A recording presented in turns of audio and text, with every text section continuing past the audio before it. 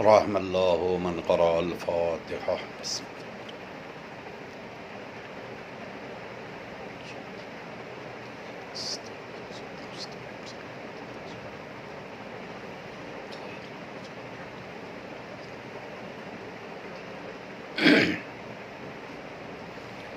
لا حول ولا قوة إلا بالله العلي العظيم.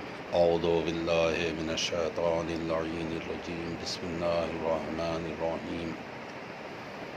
الحمد لله الذي خلقنا في أمته الذي فاز رتبته إلى قاب قوسين وأكرمنا بولاية وصيه الذي ردت له الشمس مرتين وشرفنا بحب الزهراء أم السبتين الذي فضلت على نساء العالمين وجعلنا من الباكين على مصاب الحسن والحسين وتسبت من ذرية الحسين الذين من بكى على مصاب رجها حسناته أعمال الثقلين وهم أئمة المشرقين وهداة المغربين صلوات اللہ علیہم ما دام طلوع النیرین. الصلاة والسلام علی النبی الأمی مکی المدنی القرشی الہاشمی الابتہی النبی المسدد بشیرا المؤید نذیر الممجد المصطفى الامجد المحمود الاحمدی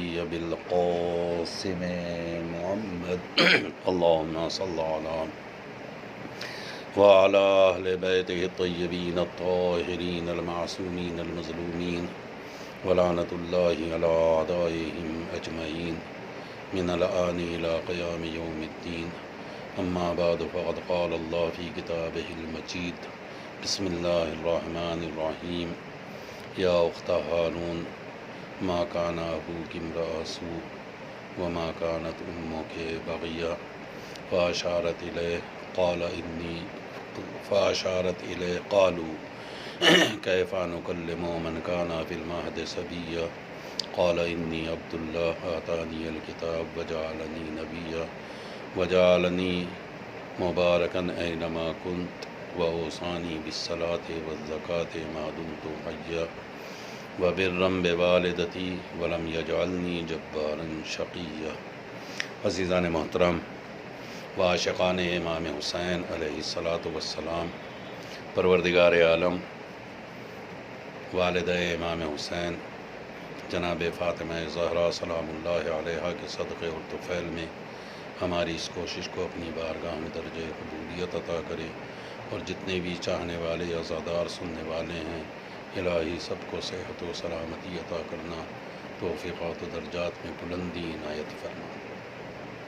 خاص طور سے بانی مجلس ہمارے آصف جا بھائی، الہی انہیں بھی صحت و سلامتی عطا کر، جتنے بھی عارض ان کی زندگی میں ہیں پروردگار ان سب کو دور فرما دے، مشکلات کو حل کر دے، عزاداری کے صدقے میں انہیں ان کے گھر والوں کو محفوظ فرما دے، دینی اور دنیاوی مشکلات کو حل کر کے رزق میں وسعت عطا کر دے.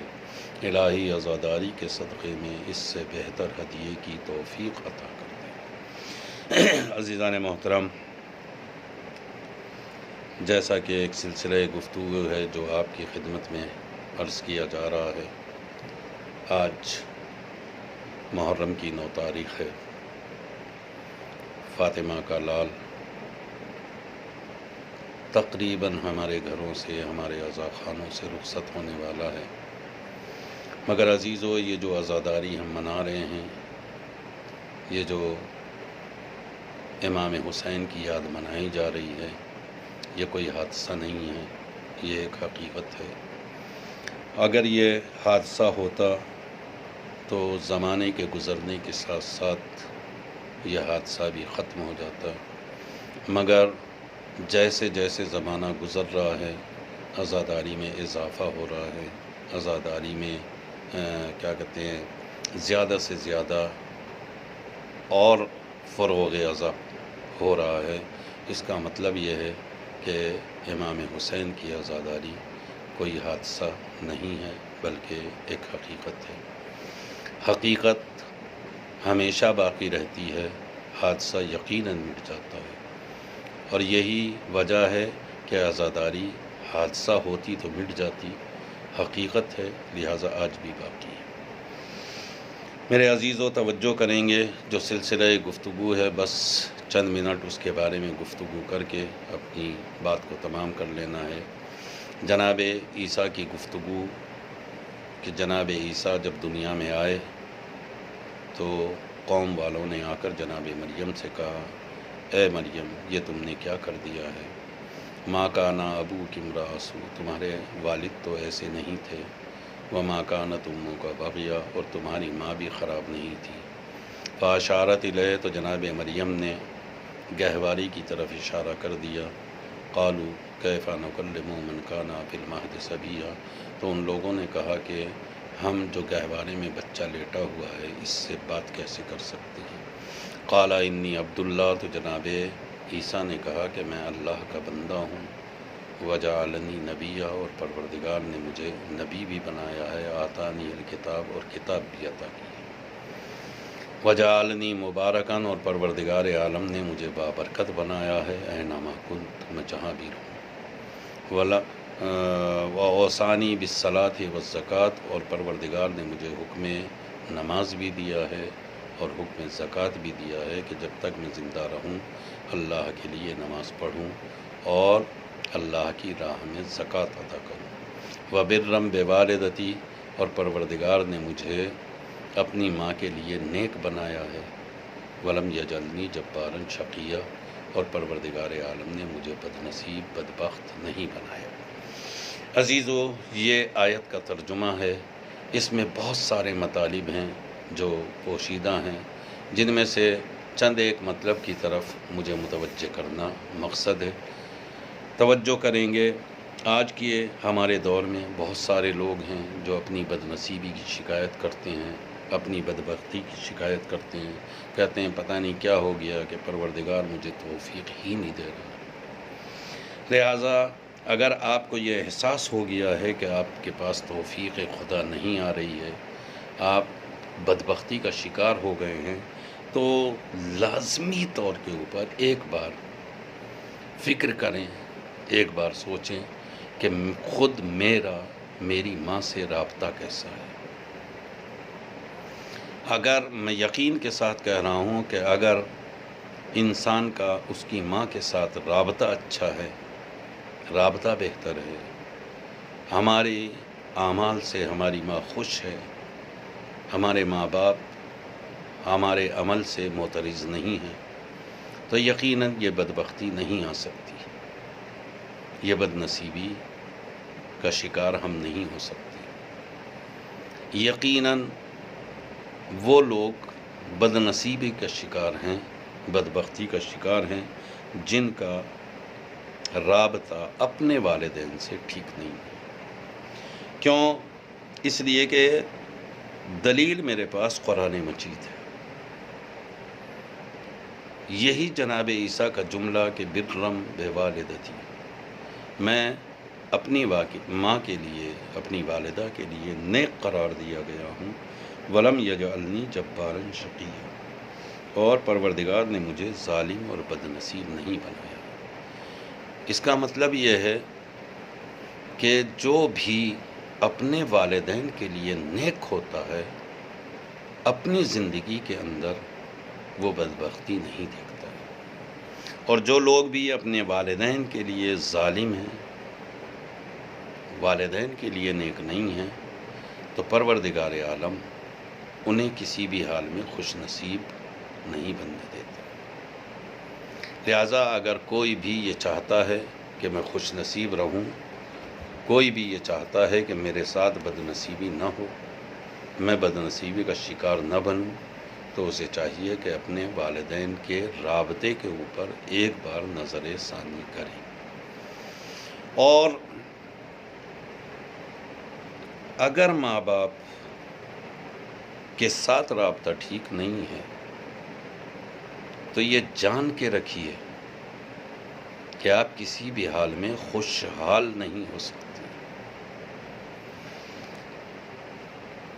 میں تاریخ سے بطور دلیل ایک واقعہ آپ کی خدمت میں عرض کر دیتا ہوں کہ پروردگار عالم جو لوگ ماں باپ کے ساتھ نیک برتاؤ نہیں کرتے یا ماں باپ کے بارے میں غلط ارادہ رکھتے ہیں یا ان کے بارے میں غلط سوچ رکھتے ہیں، تو پروردگار ہو سکتا ہے کہ کچھ لمحے کے لیے انہیں ایک بہترین زندگی عطا کر دے، مگر نتیجتاً انہیں بدبختی دیکھنا ہی پڑتی ہے۔ وہ کسی بھی حال میں بدبختی کا شکار ہوتے ہیں۔ ایک آدمی، تاریخی واقعہ ہے کہ ایک آدمی نے ایک بہترین گھر خرید لیا، ایک بڑا مکان خریدا، لیکن وہ جو گھر اس نے خریدا اس میں کچھ ہی دن رہ پایا، اور کچھ ہی دنوں کے بعد اس گھر کے اندر آگ لگ گئی اور پورا گھر جل کے راکھ ہو گیا۔ لہذا اس نے سوچا کہ شاید یہ ایک اتفاق ہے کہ میرے گھر کے اندر آگ لگ گئی ہے۔ لہذا یہ سوچ کے اس نے انتظامات کیے اور ایک دوسرا گھر خریدنے کے لیے نکل گیا۔ لہذا گیا، بڑی زحمت کی، قرضہ لیا، مصیبت جھیلی، اور ایک نیا گھر اس نے پھر خرید لیا۔ چند دن اس گھر کے اندر رہا کہ یکایک اس شہر کے اندر ایک سیلاب آیا، اور سیلاب نے پورے شہر کو اپنی لپیٹ میں لے لیا۔ نتیجہ یہ نکلا کہ اس کا گھر بھی سیلاب میں بہہ گیا۔ جب اس کا وہ گھر بھی سیلاب کا شکار ہو گیا، پہلا گھر جل گیا، دوسرا گھر سیلاب کا شکار ہو گیا، تو یہ آدمی جو تھا ڈر گیا۔ اس نے کہا یہ کیا ہو رہا ہے؟ میں نے اتنے روپے لگا کے پہلا گھر خریدا، وہ جل کے راکھ ہو گیا، پھر قرضے لے کے، مصیبتیں جھیل کے میں نے دوسرا گھر خریدا، اور اس میں بھی سیلاب آ گیا اور سیلاب کا شکار ہو کے میرا گھر یہ بھی برباد ہو گیا۔ لہٰذا اس کے دل کے اندر ایک ڈر پیدا ہو گیا۔ لہٰذا جب ڈر ہوا تو وہ اس شہر میں ایک شیخ رہتے تھے، ان شیخ کے پاس گیا، اور جانے کے بعد اس نے اپنی پوری کہانی ان کے سامنے بیان کی کہ حضور ایسے ایسے بات ہے، پتہ نہیں یہ مصیبتیں، یہ بلائیں میرے سر کیسے آ گئی ہیں، آپ ذرا ان کے بارے میں مجھے متوجہ کر دیں۔ شیخ ابو سعید ابو الخیر اس نے کہا کہ دیکھو، جو مصیبتیں تمہارے اوپر آئی ہیں ان کے بارے میں تم خود ہی بہتر جانتے ہو، اس میں ہمیں بتانے کی ضرورت نہیں ہے۔ ان مصیبتوں کو تم نے دعوت دی ہے، لہذا تمہارے دعوت دینے کی بنا کے اوپر یہ مصیبتیں تمہارے پاس آئی ہیں۔ اگر عزیزوں ان مصیبتوں کو کہا جائے کہ یہ خدا کی آزمائش ہے، اگر ہم انہیں امتحان پروردگار مان لیں، تو یہ ساری مصیبتیں اگر امتحان ہیں تو ہم برداشت کرنے کے قابل نہیں ہیں۔ ہمارے اندر ایسی مصیبتوں کو برداشت کرنے کی صلاحیت نہیں۔ اور اگر اس کو یہ مان لیں کہ یہ مخصوص بندوں کا امتحان ہے، تو ممکن ہے کہ پروردگار عالم اپنے نیک بندوں کا امتحان لیتا ہے۔ لیکن یہ جو مصیبتیں تھیں، یہ مصیبتیں آزمائش خدا بھی نہیں تھی اور نیک بندوں کا امتحان بھی نہیں تھی۔ تو پھر کیا تھی؟ شیخ نے کہا کہ یہ ساری بلائیں تمہارے اوپر ایک لمحے کی وجہ سے آئی ہیں۔ تم نے ایک پل ایسا سوچا، اس سوچنے کی بنا کے اوپر اللہ نے یہ ساری مصیبتیں تمہارے اوپر نازل کر دیں، اور تم اس مصیبت کے اندر گرفتار ہو گئے۔ اور وہ جو پل ہے، وہ جو لحظہ ہے، وہ جو ذرا سی مدت ہے، بہت چھوٹی سی، وہ تم نے کی نہیں ہے، صرف تمہارے دل سے گزری ہے وہ بات. دل سے گزرنے کی بنا پر تمہارے ذہن کے اندر خیال آیا تھا، اس خیال کی وجہ سے تم نے ایک بار سوچا تھا، اس سوچنے کی وجہ سے یہ ساری مصیبتیں تمہارے اوپر نازل ہوئی. لہذا تم اس ثانیے کے بارے میں غور کرو، اس لحظے کے بارے میں غور کرو.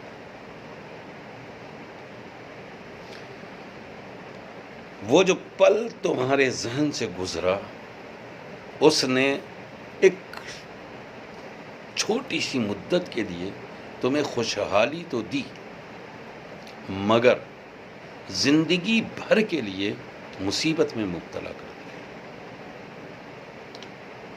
اس نے کہا جناب وہ کیا لمحہ ہے، وہ کون سا پل ہے کہ جس کی صرف گزرنے کی وجہ سے میں اتنی مصیبتوں میں گرفتار ہو گیا ہوں. تو شیخ نے کہا کہ ایک دن تم اپنے گھر کے اندر بیٹھے ہوئے تھے اور تمہارے دل سے، تمہارے ذہن کے اندر ایک سوچ آ رہی تھی، اور وہ سوچ یہ تھی کہ پروردگار، میرا باپ تو بوڑھا ہو گیا، اب یہ جو میرے ماں باپ ہیں یہ بالکل بوڑھے ہو گئے. چونکہ تمہارا باپ تو پہلے ہی گزر چکا تھا، اکیلی ماں تھی جو بستر مرگ پہ لیٹی ہوئی تھی، بیماری کے بستر پہ تھی، اور تم اس کے پاس بیٹھے ہوئے یہ سوچ رہے تھے کہ جب تک یہ ماں موجود ہے تب تک یہ گھر میرے قبضے میں نہیں آ سکتا. لہٰذا ماں چونکہ بوڑھی ہے اور اپنی عمر واقعاً جی چکی ہے، اب جب تک یہ ماں دنیا سے نہیں جائے گی، یہ جو مال ماں کے قبضے میں ہے، یہ جو دولت ماں کے پاس موجود ہے، اس وقت تک یہ مال میرے قبضے میں نہیں آئے گا، اور یہ میری ملکیت میں جب تک نہیں آئے گا میں اس کے اوپر تصرف نہیں کر سکتا. یہ صرف خیال گزر رہا ہے.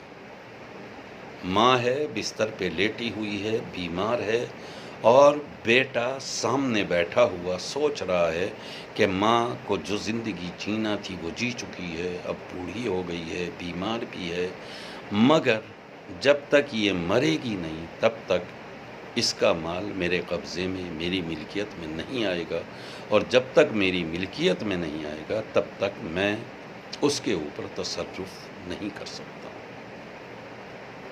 میرے عزیزوں، متوجہ ہیں نا، برم بوالدتی، اس جملے کو یاد رکھیے گا. ولم یجعلنی جبارا شقیا. یہ آدمی ماں کو ستا نہیں رہا ہے،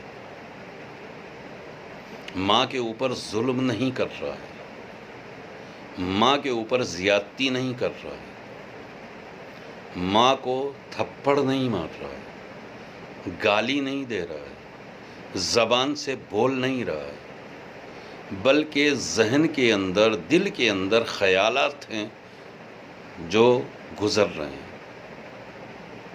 کہ کاش ایسا ہو جاتا، ماں بوڑھی ہے، مر جاتی، اور یہ ساری ملکیت میرے قبضے میں آ جاتی تاکہ میں اس کے اوپر تصرف کر پاتا. لہٰذا جب یہ خیالات اس کے ذہن سے گزرے، کچھ دن کے بعد ماں دنیا سے گزر گئی، انتقال ہو گیا. اس کے انتقال کے بعد ایک پل اس کے لیے بڑی خوشی کا آیا، چونکہ اس کے ذہن کے اندر سے یہ خیال گزرا تھا کہ ماں کی دولت میری ملکیت میں آئے گی تو میں تصرف کر سکوں گا. لہٰذا اس نے اپنے اس ماں کے گھر کو بیچا، اور بیچنے کے بعد ایک بہترین اور بڑا گھر خرید لیا. مگر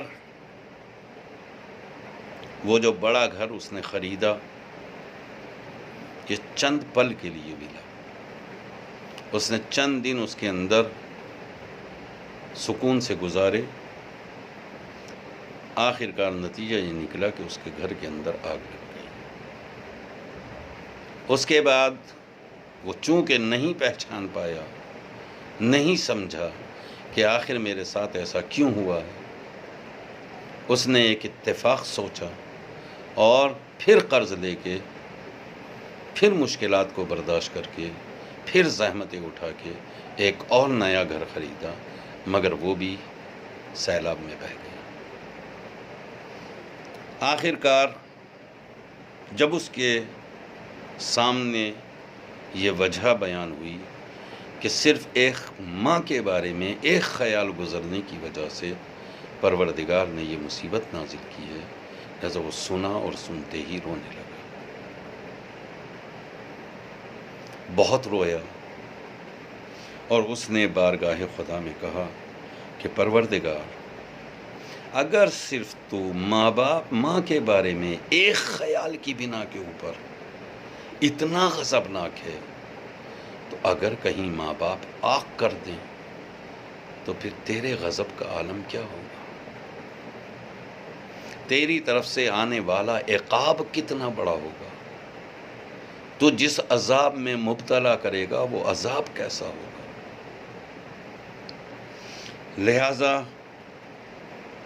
میں نے تو ایسا کبھی سوچا ہی نہیں تھا، میں نے تو اس طریقے کی فکر ہی نہیں کی تھی۔ خدا کا شکر ہے کہ میرے ذہن سے خیال گزرا اور یہ ساری مصیبتیں دیکھنے کے بعد میری سمجھ میں آ گیا، مجھے پتہ چل گیا۔ لیکن اگر کہیں میں اسی دولت دنیا کے لالچ میں آ کے، اسی تصرف اور ملکیت کو لے کے ماں باپ کے ساتھ کوئی بڑی بدسلوکی کرتا اور ماں باپ مجھے آگ کر دیتے، میری ماں مجھے آگ کر دیتی، تب میرا کیا ہوتا؟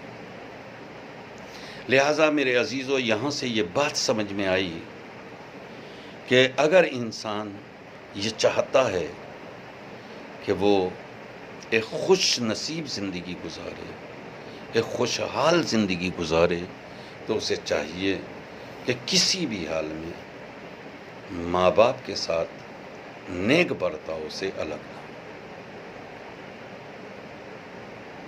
کیوں؟ اس لیے کہ ایک ماں اپنی اولاد کے لیے کتنی مصیبتیں برداشت کرتی ہے، ایک ماں اپنی اولاد کے لیے کتنے درد برداشت کرتی ہے۔ لہذا پروردگار بھی اسے ایک چیز الگ سے عطا کرتا ہے کہ کوئی اس کے بارے میں غلط طریقے کی سوچ کسی کے ذہن میں یا اولاد کے ذہن میں نہ آئے، اور اگر آتی ہے تو پروردگار اسے برداشت نہیں کرتا۔ بس میرے عزیزوں، چونکہ آج محرم کی 9 تاریخ ہے اور میں نہیں چاہتا تھا کہ زیادہ دیر اس فضائل کی طرف متوجہ کروں یا ان نصیحت آمیز باتوں کو زیادہ بیان کروں۔ کیوں؟ اس کو بیان کرنا میرے لیے اس وقت ضروری تھا کہ ماں اپنی اولاد کو اگر اتنی مصیبتوں سے پالتی ہے تو ایک بار توجہ کرنا ضروری ہے کہ اگر ہماری ماں اتنی مصیبت برداشت کرتی ہے تو کربلا کی ماؤں نے کون سے دل سے، کون سے جگر سے رات بھر اپنے بچوں کو امام حسین پر قربان ہونے کے لیے سمجھایا۔ ہر ماں اپنے خیمے میں اپنی اولاد کو لیے بیٹھی ہے اور رات بھر سمجھاتی رہی، میرے لال صبح ہو کسی بھی حال میں حسین کے اوپر اپنی جان قربان کر دینا۔ زینب ہے تو اون و محمد کو سمجھا رہی ہے، فروا ہے تو قاسم کو سمجھا رہی ہے، رباب اپنی گود میں علی اصغر کو لے کر لوریاں دے دے کے یہی سمجھا رہی ہے۔ میرے لال صبح قیامت کا دن ہے، صبح فاطمہ کے لال کے اوپر مصیبتوں کا دن ہے۔ میرے لال علی اصغر حسین سے نسبت کے لیے میرے پاس بس تو ہی موجود ہے، میری اور کوئی نسبت حسین تک نہیں جاتی ہے۔ میرے لال کل میدان کربلا میں رباب کو سرخرو کر دینا۔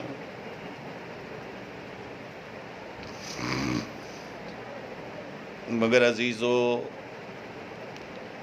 غور کیجیے گا، توجہ کیجیے گا کہ رباب علی اصغر کو سمجھا رہی ہے، بیٹا کل میدان کارزار ہے، میں کہوں گا رباب تیرا لال علی اصغر میدان کربلا کا واحد شہید ہے کہ کربلا کے جتنے بھی شہید ہیں وہ سب جب حسین سے رخصت ہو کے گئے تو اپنے اپنے گھوڑوں پر سوار ہو کر گئے۔ یہ تنہا رباب کا لال ہے جو گھوڑے پر سوار نہیں ہوا بلکہ حسین کے ہاتھوں پہ سوار ہو کے میدان کربلا میں آیا۔ حسین جب کربلا کے میدان میں سب شہیدوں کے لاشوں کو اٹھا چکے اور کوئی باقی نہ رہا تو ایک مرتبہ خود فاطمہ کا لال میدان کربلا میں آیا۔ آنے کے بعد آواز استغاثہ بلند کی، حل من ناصر ینصرنا، حل من مغیث یغیثنا، ہے کوئی جو فاطمہ کے لال کی مدد کرے، ہے کوئی جو فاطمہ کے لال کی فریاد رسی کرے۔ عزیزو کوئی نہ تھا جو اس آواز کے اوپر لبیک کہتا، مگر میں اتنا جانتا ہوں کہ حسین نے ایک مرتبہ دیکھا کہ خیمے میں کوہرام برپا ہے، لہٰذا آپ واپس خیمہ گاہ میں آئے اور آنے کے بعد جناب زینب کو آواز دی، اے میری ماں جائی زینب، کیا کوئی بچہ پیاس کی وجہ سے ہلاک ہو گیا ہے؟ جناب زینب نے بس اتنا کہا، بھیا کوئی بچہ پیاس کی وجہ سے ہلاک تو نہیں ہوا، مگر ہاں جب سے آپ کی آواز استغاثہ سنی ہے رباب کا لال علی اصغر جھولے میں نہیں ٹھہرتا ہے۔ بس عزیز و امام حسین نے رباب کو آواز دی، رباب لا میرے لال کو مجھے دے دے، میں فوج اشقیہ کے سامنے جانے کے بعد علی اصغر کے لیے پانی طلب کرتا ہوں۔